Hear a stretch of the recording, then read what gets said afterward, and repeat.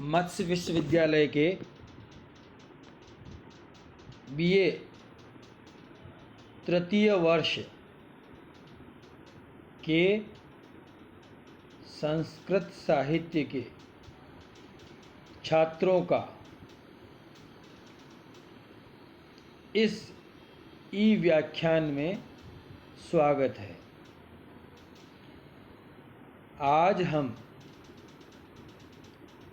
तृतीय वर्ष के संस्कृत साहित्य के प्रथम प्रश्न पत्र की महत्वपूर्ण पुस्तक श्रीमद् भगवत गीता के द्वितीय अध्याय के श्लोक संख्या 22 से 25 तक के श्लोकों का अध्ययन करेंगे। आप सभी लोग सावधानी से इस व्याख्यान को सुने और नीचे दिए गए प्रश्नों का उत्तर जरूर लिखें। गृह कार्य के रूप में जो प्रश्न दिए गए हैं उनको आपको ई व्याख्यान के आधार पर लिखना है। तो आज हम प्रारंभ करते हैं गीता के दूसरे अध्याय के श्लोक संख्या 22 से। आप सभी सावधानी से सुने और उच्चारण का अभ्यास करें।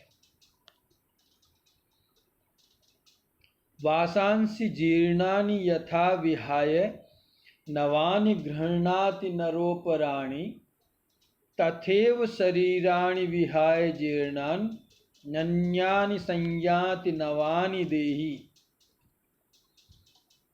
पुनः एक बार और वाचन कर रहा हूँ। वासांसि जीर्णानि यथा विहाय नवानि गृह्णाति नरोपराणि तथा शरीराणि विहाय जीर्णानि नन्याति संयानि नवानि देहि।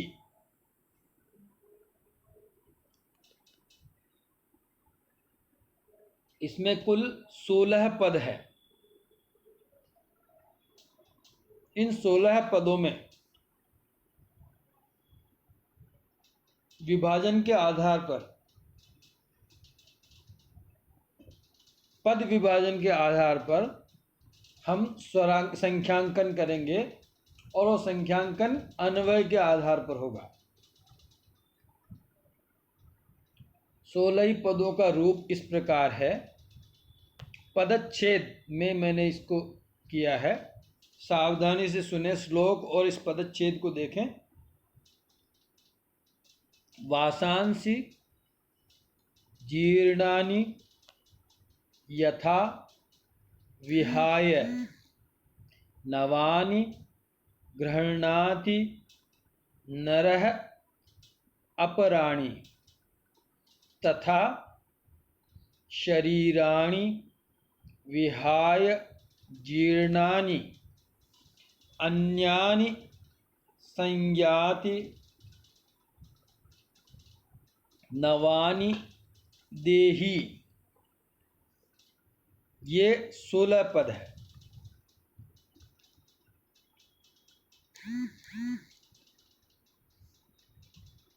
पुनः एक बार। वासांसि जीर्णानि यथा विहाय नवानि गृह्णाति नरः अपराणि तथा शरीराणि विहाय जीर्णानि अन्यानि संयाति नवानि देहि। ये 16 पद है। इस पे संख्यांकन किया गया है। संख्या के क्रम के आधार पर पदों को जोड़ने से अन्वय बनाया जा सकता है। अतः छात्र संख्यांकन के आधार पर अन्वय का अभ्यास करें। इसका अर्थ और व्याख्या इस प्रकार होगी, यथा जिस प्रकार देही यानी यह जीवात्मा नरह यानी मनुष्य, यथा यानी जिस प्रकार से,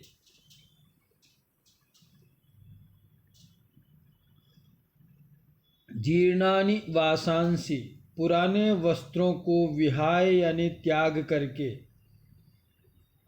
अपराणि नवानि गृह्णाति दूसरे नए वस्त्रों को पहन लेता है, तथा उसी प्रकार जीर्णानि शरीराणि विहाय यह जीवात्मा पुराने शरीरों को त्याग कर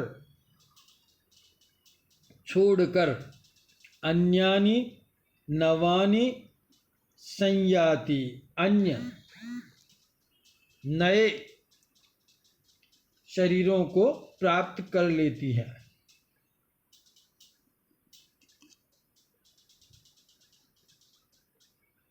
पुनः अन्वय के आधार पर अर्थ, यथा नरः जिस प्रकार एक मनुष्य, जीर्णानि वासांसि विहाय पुराने वस्त्रों को त्याग करके, अपराणि नवानि गृह्णाति दूसरे नए वस्त्रों को पहन लेता है, तथा उसी प्रकार देही यानी यह जीवात्मा जीर्णानि शरीराणि विहाय पुराने शरीरों को छोड़कर अन्यानि नवानि संयाति अन्य दूसरे शरीरों को, नवीन शरीरों को संयाति यानी प्राप्त कर लेता है। अर्थात इससे उस आत्मा में कोई वृद्धि या क्षति नहीं होती है।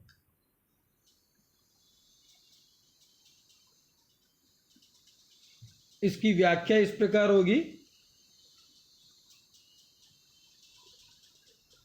अभिप्राय है कि प्रत्येक प्राणी, इस श्लोक में भगवान श्री कृष्ण अर्जुन को आत्मा के विषय में उपदेश दे रहे हैं कि आत्मा अमर है। तो इसमें अभिप्राय क्या निकलेगा? अभिप्राय है कि प्रत्येक प्राणी मृत्यु से भयभीत रहता है, किंतु श्री कृष्ण का कथन है कि ऐसा नहीं होना चाहिए, क्योंकि मृत्यु तो जीवन का दूसरा रूप है तथा यह एक ऐसा स्वाभाविक कार्य है जिसे एक बार जान लिया जाए तो कोई भी व्यक्ति दुखी नहीं हो सकता। प्रस्तुत श्लोक में पुराने वस्त्र को त्यागने व नए वस्त्र को धारण करने का जो उदाहरण दिया गया है वह अत्यंत स्वाभाविक और महत्वपूर्ण है।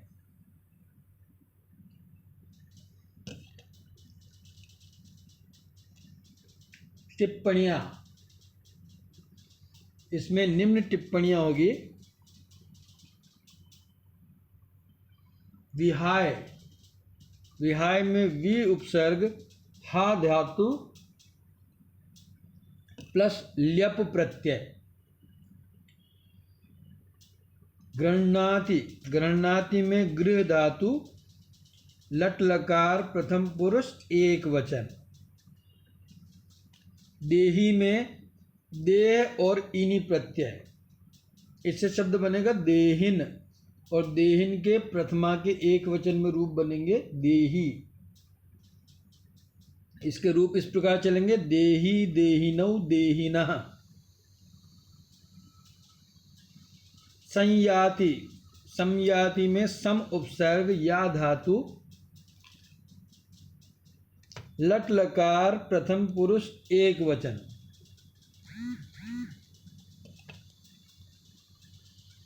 संयाते, अब 23वां श्लोक जो आपने कभी सुना भी होगा, आत्मा के विषय में बिल्कुल सटीक व्याख्या करता है। ध्यान से सुने 23वां श्लोक। नैनम छिन्दन्ति शस्त्राणि नैनम दहति पावकः न चैनम क्लेदयन्त्यापो न शोषयति मारुतः।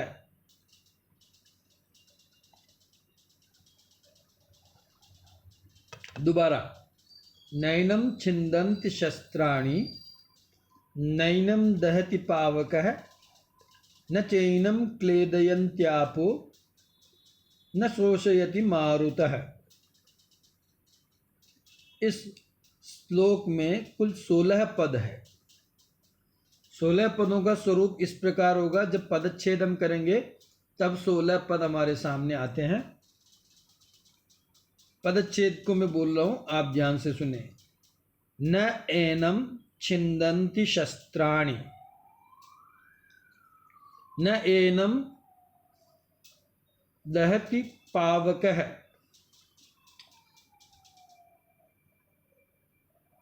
न च एनम क्लेदयन्ति आपः, न शोषयति मारुतः। पुनः एक बार पदच्छेद बोल रहा हूँ। न एनम छिन्दन्ति शस्त्राणि न एनम दहति पावकः न च एनम क्लेदयन्ति आपः न शोषयति मारुतः। इन पे संख्यांकन मैंने किया है, आप सावधानी से संख्यांकन के आधार पर अन्वय करें। एक बार मैं अन्वय करके बताता हूँ। एनम शस्त्राणि न छिन्दन्ति, एनम पावकः न दहति, न च आपः एनम क्लेदयन्ति, मारुतः न शोषयति। पुनः एक बार अन्वय कर रहा हूँ। एनम शस्त्राणि न छिन्दन्ति, एनम पावकः न दहति, च न एनम आपः क्लेदयन्ति, न च मारुतः शोषयति। तो छात्र संख्यांकन के आधार पर अन्वय का अभ्यास करें, जिससे कि इसकी व्याख्या सुगम हो सके। अब इसका अर्थ और व्याख्या इस प्रकार है।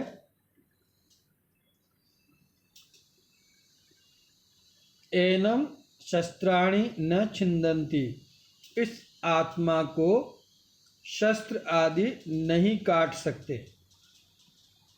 एनम पावकः न दहति, और अग्नि भी इसको नहीं जला सकती। न एनम आपः क्लेदयन्ति, और जल भी इसको नहीं भिगो सकता है। मारुतः च न शोषयति, और वायु भी इसको नहीं सुखा सकती। तो इसका अभिप्राय है कि श्री कृष्ण का कथन है कि पृथ्वी आदि चारों भूतों में आत्मा का नाश करने की सामर्थ्य नहीं है। अतः वह आत्मा नित्य तथा निराकार है। शस्त्र शरीर को काट सकते हैं, आत्मा को नहीं काट सकते। अग्नि शरीर को जला सकती है, आत्मा को नहीं जला सकती। जल से शरीर वस्त्र आदि गीले हो सकते हैं, आत्मा गीली नहीं हो सकती। वायु वस्त्र आदि को सुखा सकता है, आत्मा को नहीं। शरीर अनित्य एवं साकार है, किंतु आत्मा नित्य और निराकार है। पुनः एक बार मैं व्याख्या कर रहा हूँ। अभिप्राय है कि श्री कृष्ण का कथन है कि पृथ्वी आदि चारों भूतों में आत्मा का नाश करने की सामर्थ्य नहीं है, अतः वह आत्मा नित्य तथा निराकार है। शस्त्र शरीर को काट सकते हैं, आत्मा को नहीं काट सकते। अग्नि शरीर को जला सकती है, आत्मा को नहीं जला सकती। जल से शरीर वस्त्र आदि गीले हो सकते हैं, आत्मा गीली नहीं हो सकती। वायु वस्त्र आदि को सुखा सकते हैं, आत्मा को नहीं सुखा सकते हैं।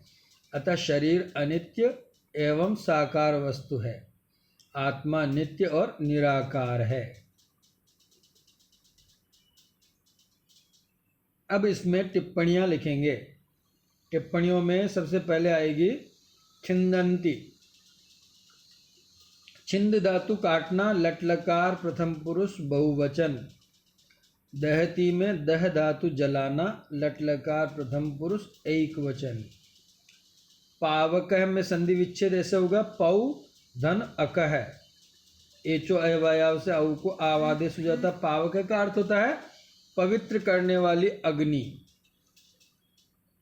ये सबको पवित्र कर देती है, इसलिए इसका एक नाम है पावक है।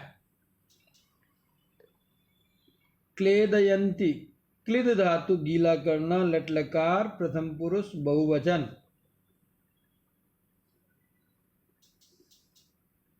अब 24वें नंबर का श्लोक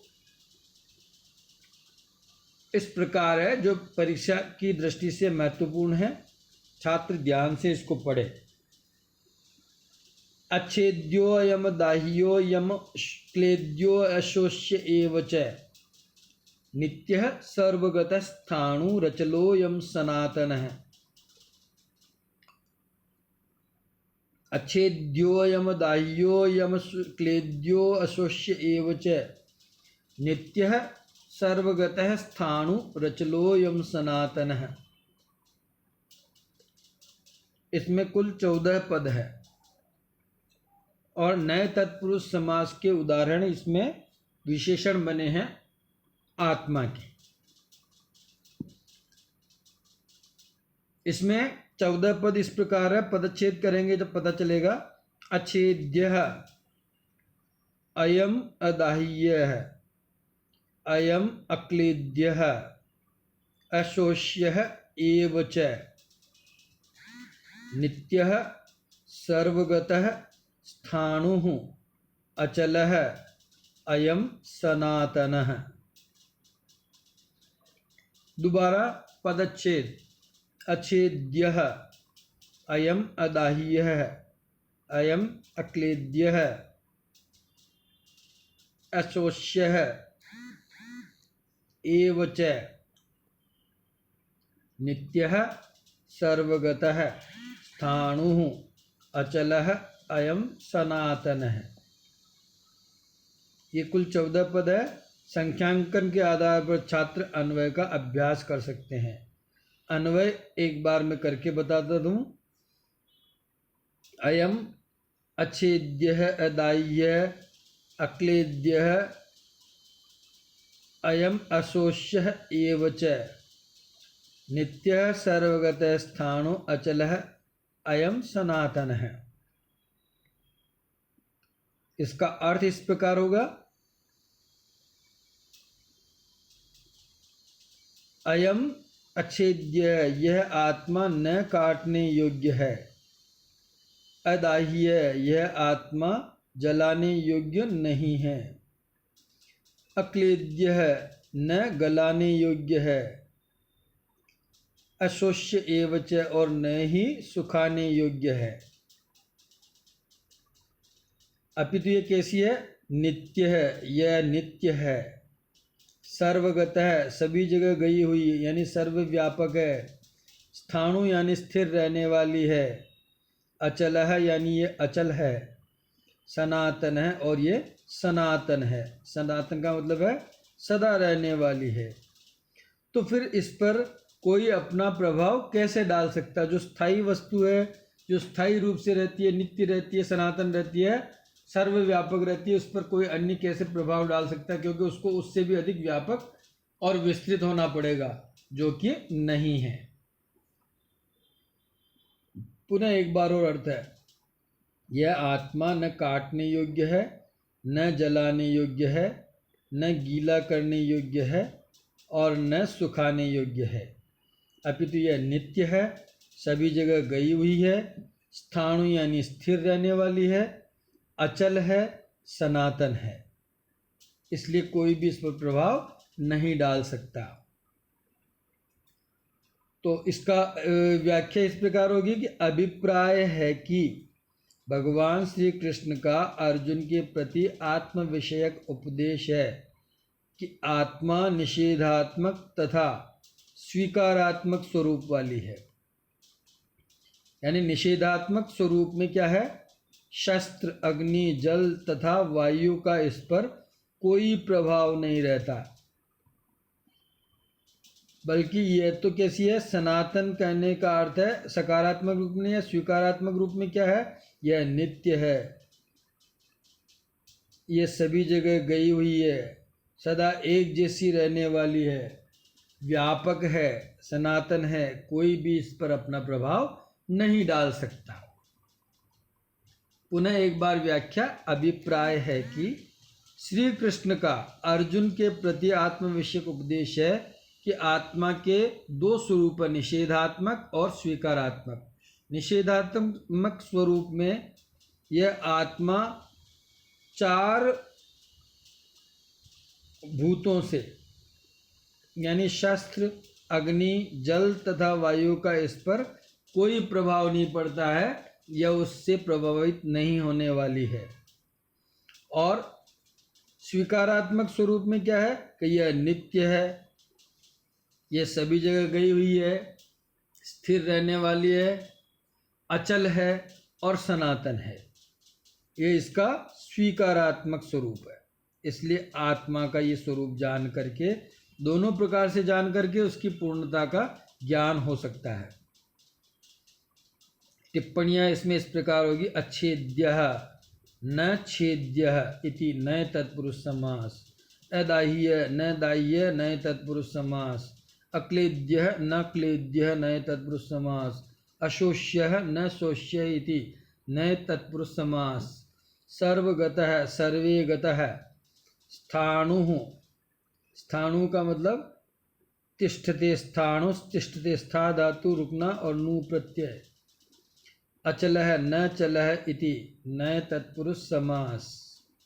ये इस प्रकार 23वें श्लोक की व्याख्या संपन्न हुई। छात्र पुनः इनका अभ्यास करें, आज जो पढ़ाया है उसको आज ही वापस दोबारा रिपीट करें। अब छात्रों के लिए गृह कार्य, गृह कार्य में होगा नंबर 1, श्लोक संख्या 22 की अन्वय सहित व्याख्या कीजिए। प्रश्न 2, निम्न पदों की व्याकरण लिखो। देही, क्लेदयन्ति, स्थाणुः, अशोष्यः। तीसरा प्रश्न है, आत्मा नित्य और निराकार है, कारण बताइए। और अंतिम प्रश्न है चौथे नंबर का, श्लोक संख्या 24 की सप्रसंग व्याख्या कीजिए। आशा है कि आपको ये व्याख्यान समझ में आया होगा और सभी छात्र दिए गए गृह कार्य को पूर्ण उत्साह से करें। जहाँ समझ में नहीं आ सकता है वो दोबारा पूछ सकते हैं, किंतु गृह कार्य जरूर करें और अभ्यास जरूर करें। धन्यवाद।